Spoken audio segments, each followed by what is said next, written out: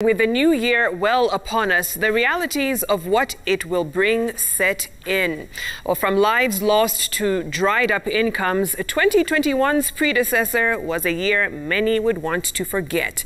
We bring you the stories of three Kenyans with three very different outcomes to 2020, all having experienced loss in some form last year.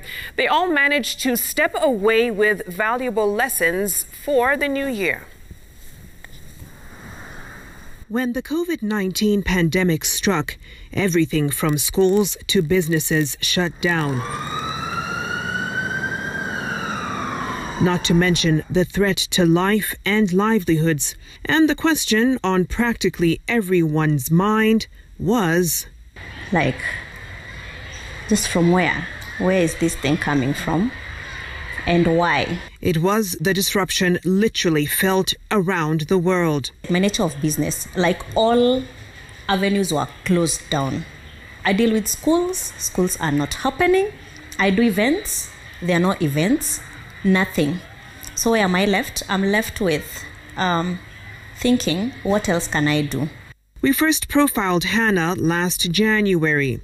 She, like many other Kenyans, was turning the corner from a rather difficult 2019, hoping 2020 would offer some reprieve.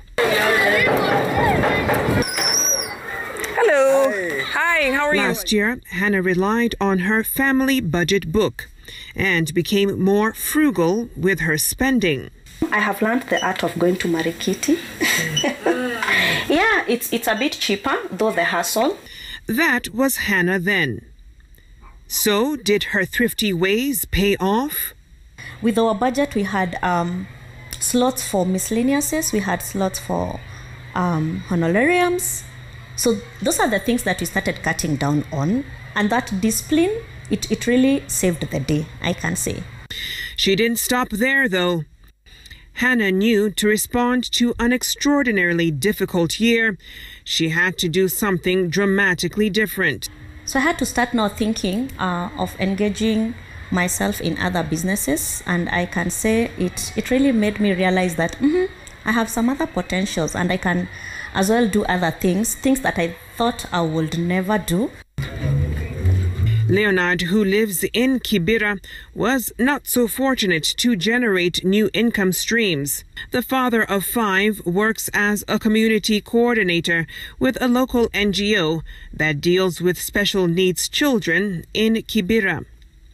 He walks these narrow pathways, searching for families in need of the Action Foundation's assistance. Though having some work to do helps, it did little to cushion him and his family from the effects of the pandemic.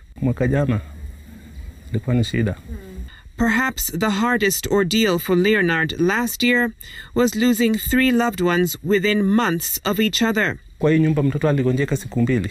Siku mbili alitoka kucheza mpira akaniambia baba nasikia mguu inaniuma. Na mambo nikapeleka hospitali akapigwa x-ray hakuna kitu ilipatikana.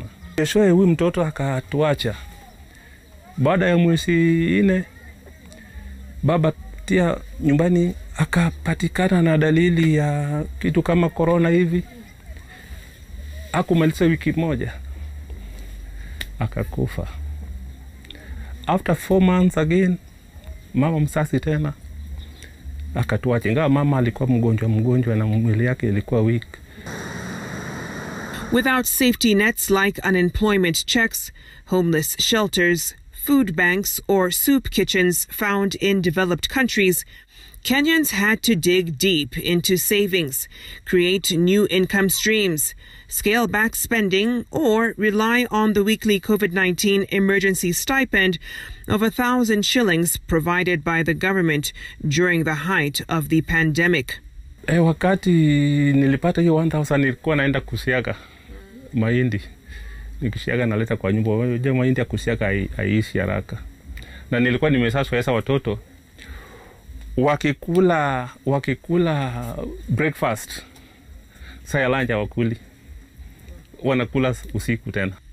Though Leonard has 2 adult children aged 22 and 24, finding work to help offset the household expenses has been near impossible.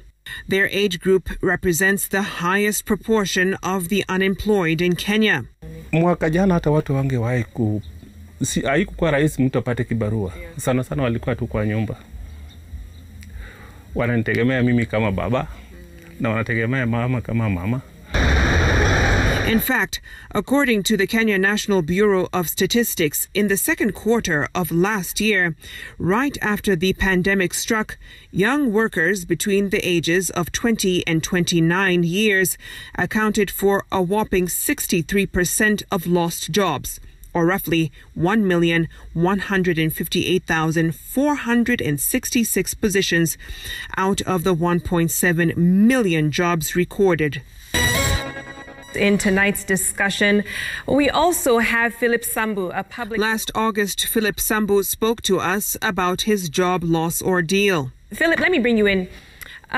You decided to make that change and move up country. You've been there about a week. So, what happened in that transition? Yeah, basically, so what happened was that about mid last month, now my employer told me that they weren't able now to have me on board, and due to the effects caused by the pandemic. So the moment I got the news now, I realized I wouldn't be able now to stay in Nairobi without a steady income. Philip, thank you so much for your time. 6 months after the conversation, not much has changed for Philip. He's still living up country in Bungoma. We find him tending the lawn of his family home. That sound, a clear indication he's not in Nairobi. Last year, like I learned the hard way, now you can't live on one source of income. With 10 years under his belt, the public relations executive never thought he'd be back here and isn't sure how long this employment dry spell will last.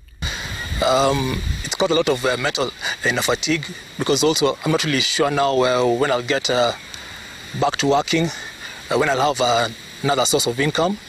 It's created a lot of stress for me and also a lot of people as well. The World Bank estimates the pandemic rendered 2 million people in Kenya poor. However, for Philip, that's a statistic he refuses to represent. So I'm actually working on securing multiple sources of income. I'll be considering now, a bit of farming now to see now where that can take me as well. Philip joining the list of countless Kenyans learning the importance of multiple income streams. The unpredictability of 2020, an effective teacher. And perhaps the silver lining here can be best summed up by a Facebook post Philip shared not too long ago. However, the last few months since I moved up country have given me a new perspective.